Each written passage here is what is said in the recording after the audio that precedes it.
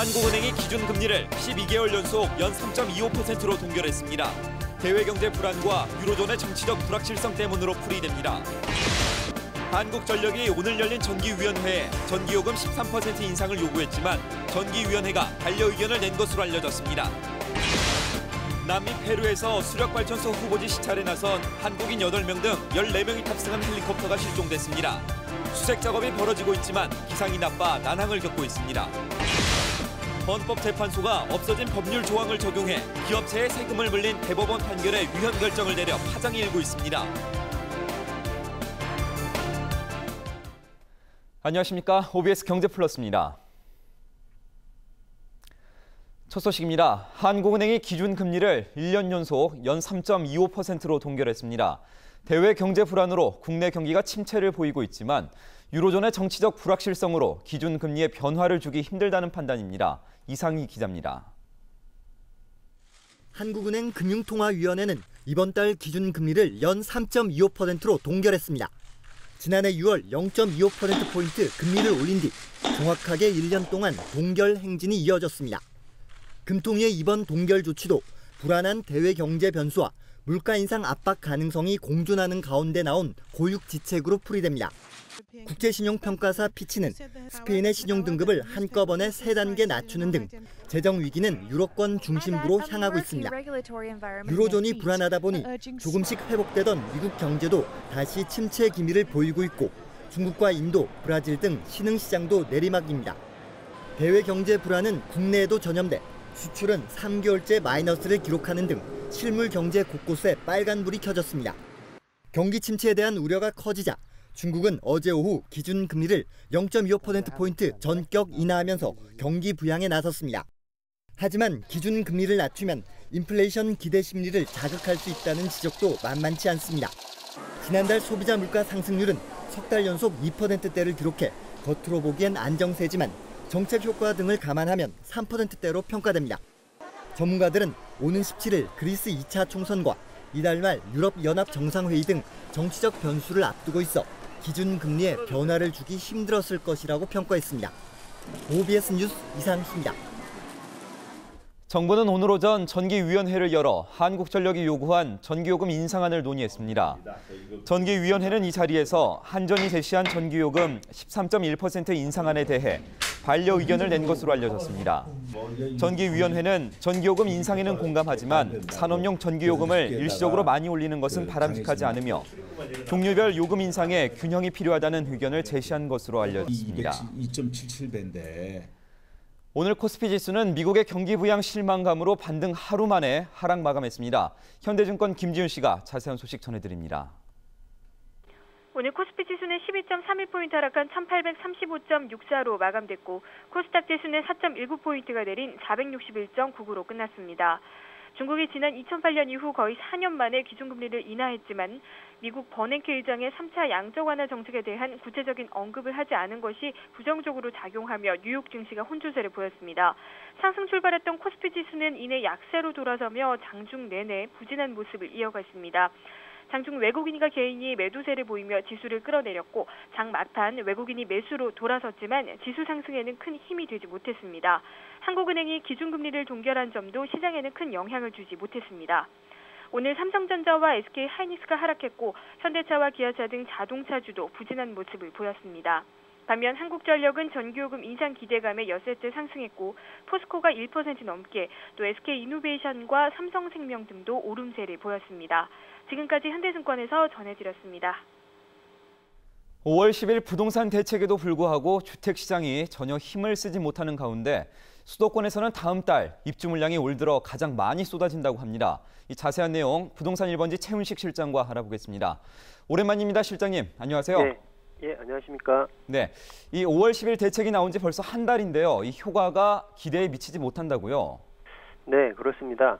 50 부동산 대책의 약발이 시장에 전혀 반영되지 못하고 있습니다. 네네. 실제 현장에서도 부동산 대책 효과가 기대에 미치지 못한다는 반응인데요. 경기 회복 지연에 따른 불안감과 거래 부진이 맞물리면서 가격 약세가 지속되고 있습니다. 6월 첫째 주 수도권 아파트값은 서울이 0.04% 하락했고 신도시는 0.02%, 경기는 0.04% 떨어졌습니다. 특히 재건축 아파트는 50 대책 발표 이후에 거래가 얼어붙으면서 이번 주도 하락세를 이어갔습니다. 네네. 서울에서는 재건축 아파트의 약세를 보인 송파구가 하락세가 두드러졌고 도봉구와 강남구가 뒤를 이었습니다. 그 밖의 지역은 대부분 보합세를 보였습니다. 경기에서는 성남과 가천 그리고 고양 등에서 가격이 떨어졌고 신도시는 평촌이 하락했습니다. 한편 금주 전세시장도 여름철 비수기 도래에 따른 수요층 감소로 거래가 부진해지며 약세를 나타냈는데요. 서울은 0.01%, 경기는 0.04% 떨어졌고 신도시는 보합세를 기록했습니다. 예, 금주에도 전세 시장이 신통치 않군요. 그런데 다음 달 수도권 입주 물량이 올 들어 최대라고요. 네, 그렇습니다. 6월에 이어서 7월에도 풍부한 입주 물량이 쏟아질 것으로 전망됩니다. 네네. 특히 수도권 입주 물량은 연내 최대치를 기록했습니다. 내달 입주하는 새 아파트는 전국 총 29개 단지 17,168가구로 6월보다 8,000가구가 줄었지만 수도권은 올 들어 가장 많은 13,536가구가 입주합니다. 지역별로는 서울이 6개 단지 2,464가구가 입주민을 맞는데요. 네네. 6월에 비해 물량이 크게 늘어난 것입니다. 또 지난 3월 이후에 입주 물량이 다소 적었던 인천은 9개 단지 5,729가구가 입주를 앞두고 있습니다. 경기에서는 7개 단지 5,343가구가 입주가 시작될 예정으로 이달에 비해서 1,571가구가 감소한 수준입니다. 네. 한편 지방에서는 7개 단지 3,632가구가 입주가 들어갑니다. 6월보다는 많이 감소했지만 울산이 2,323가구로 가장 많고요. 강원도 원주시에서도 2010년 이후에 2년 만에 신규 입주 물량이 있습니다. 네, 정말 입주 물량이 많이 나오는데요. 그런데 전세 수요자들이 이제 주목해야 할 점이 있다면 어떤 것들이 있을까요? 네, 가을 전셋집을 구하고 있다면 7월에 입주하는 새 아파트를 찾아보는 것도 좋은 방법입니다. 네. 앞서 말씀드렸다시피 수도권 입주 물량이 연내 최대치를 기록할 예정인데요. 입주 물량이 넉넉하면 전세 가격이 안정되는 효과로 이어지고 가격이 낮아지면 세입자들에게 부담이 크게 줄어들기 때문입니다. 네네. 최근 전세 가격이 안정세를 나타내고 있지만 하반기 재건축 이주 수요가 불안 요인으로 작용하고 있고요. 이제 윤달도 끝나서 가을 이사철이 되면 이사 수요와 함께 신혼부부 수요 등으로 거래가 늘어날 것으로 보이기 때문에 네. 이사철 전에 미리 전셋집을 선점하는 것도 좋을 것으로 보입니다. 예. 다음 주 부동산 시장은 어떻게 보고 계십니까? 네, 부동산 시장은 당분간 약보합세를 나타낼 것으로 전망됩니다. 네. 50대책의 거래 정상화 효과가 기대보다 저조했고 글로벌 경기 악화와 유로존 위기감이 국내 부동산 경기에도 영향을 미치고 있기 때문에 기존 주택의 거래 부진은 당분간 이어질 것으로 보입니다. 한편 분양시장은 6월에 강남 보금자리와 동탄 2신도시 등 유망 분양 사업장에서 시장에 나올 예정이라 관심이 나타나고 있는데요. 수요자들은 지역적 수급 변동과 가격 변화를 살펴보면서 청약에 임해야 될 것으로 보입니다. 네, 알겠습니다. 실장님 다음 주에 뵙겠습니다. 오늘 말씀 감사합니다. 네, 감사합니다. 네, 지금까지 부동산 1번지 최훈식 실장이었습니다. 다음 소식입니다. 페루에서 한국인 승객 8명을 태우고 비행하다 실종된 헬기에서 GPS 신호가 잡힌 것으로 전해졌습니다. 구조 헬기가 긴급 출동했지만 날이 저물면서 일단 수색이 중단됐습니다. 김성수 기자입니다. 한국인 8명 등 14명을 태운 헬기와 연락이 끊긴 건 현지 시각 그제 오후 7시 20분쯤. 페루 남부 푸노 지역의 수력발전소 후보지를 시찰한 뒤 잉카 유적이 있는 쿠스코 지역으로 이동하던 중이었습니다. 현지 군과 경찰은 연락 두절 20여 시간 만에 실종 헬기에 GPS 신호가 포착됐다고 밝혔습니다. 위치는 아마존 정글과 안데스 고산지대의 중간인 마르카 파타 지역. 곧바로 구조 헬기를 투입했지만 궂은 날씨 때문에 1시간여 만에 돌아왔습니다. 보도로 이동하는 산악구조팀이 투입됐지만 해가 완전히 저물어 접근이 쉽지 않은 상태입니다. 수색 현장 인근에는 우리 대사관 직원 2명이 급파됐습니다. 이 산이 지금 4,600m예요. 그리고 좀 눈이 왔고 비가 내렸고 구름이 꼈기 때문에 이게 상당히 어려울 거라고 이렇게 올라가는데. 페루 당국은 내일은 기상 상황이 양호할 것으로 예상돼 수색이 활기를 띨 것으로 내다봤습니다. OBS 뉴스 김성수입니다. 헌법재판소가 대법원 판결에 위헌 소지가 있다는 결정을 내려 파장이 일고 있습니다. 최고 사법기관인 헌재와 대법원 간의 갈등이 예상됩니다. 김지만 기자입니다. 국세청은 지난 2004년 GS칼텍스를 상대로 소송을 제기했습니다. 지난 1990년 GS칼텍스가 기업 상장을 신청해 감세 혜택을 받아왔지만 2003년 상장 계획을 포기하면서 그동안 내지 않은 법인세 700억 원을 돌려달라는 이유에서였습니다. 당시 대법원은 GS칼텍스 등에 대한 700억 원의 과세 처분은 정당하다며 국세청의 손을 들어줬습니다. 하지만 GS칼텍스 측은 패소 판결이 확정된 뒤 헌법재판소에 헌법소원을 제기했습니다.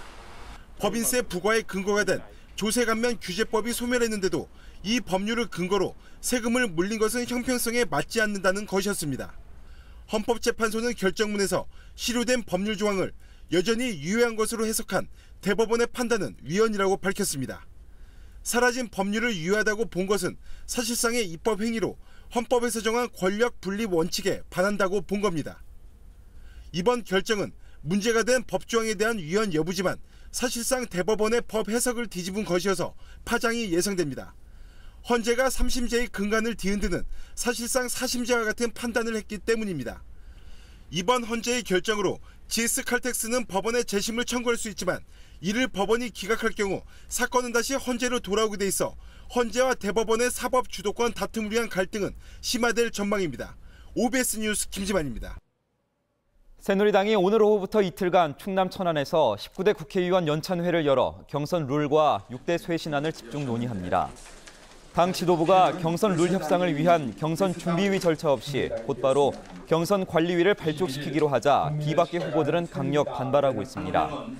정몽준 의원과 김문수 지사 측의 한효대 김용태 의원은 비박 의원들은 들러리를 서는 의원 연찬회도 보이콧할 것이라고 밝혔습니다.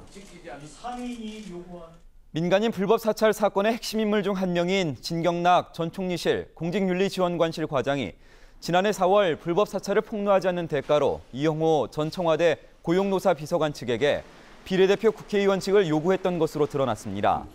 이 사건을 재수사 중인 서울중앙지검 특별수사팀은 이 같은 내용이 담긴 진 전 과장의 육성 파일을 확보해 사실관계를 확인 중이라고 밝혔습니다.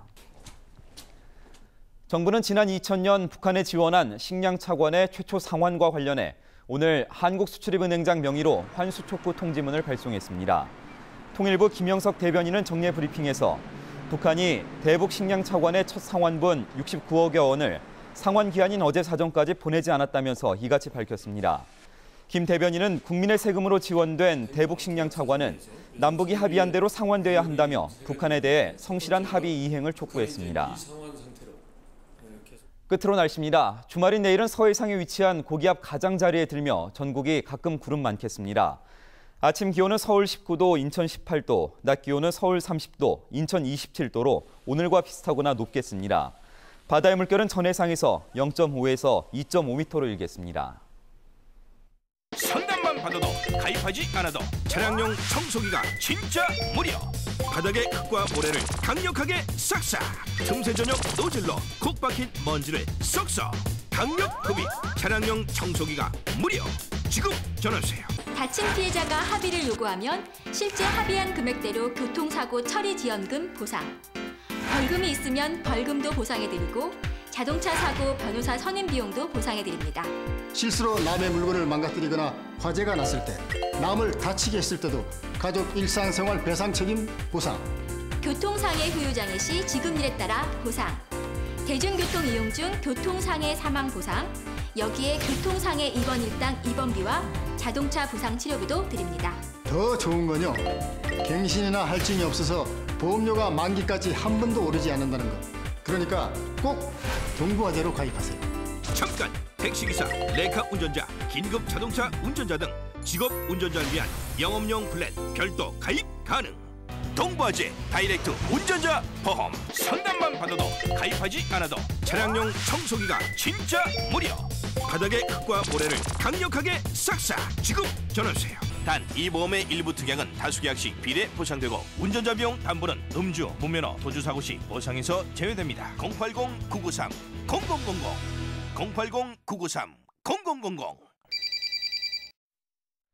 이상으로 OBS 경제플러스를 마칩니다. 시청해주신 여러분 고맙습니다.